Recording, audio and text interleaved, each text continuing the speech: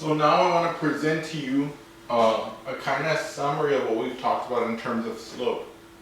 We've seen that an undefined slope corresponds to a vertical line which has an equation of the form x equals and whatever x value it crosses here. For example, in this case we might say that it's 1, and so it would be x equals 1.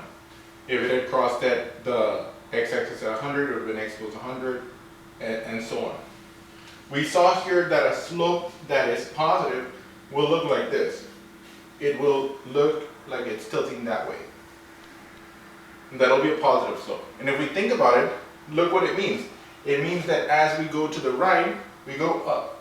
So that makes sense. We saw that this corresponded to a negative slope. As we go to the right, it goes down. And finally, we saw that a line that was horizontal corresponded to a slope of 0.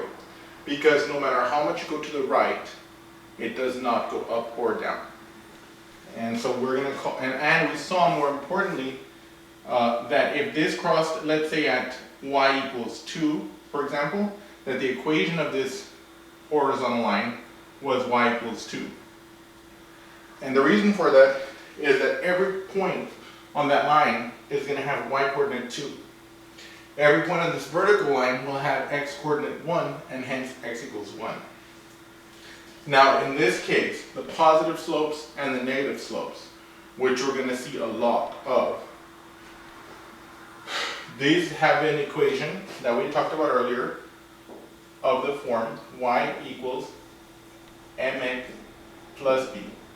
Of course, we can also put it in the standard form, the ax plus by equals c, but we're going to use y equals mx plus b for our calculations.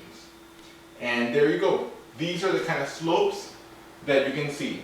I like to call it a zoo of slopes. You know, these are like wild animals to me. No, I'm just kidding. Oh my God.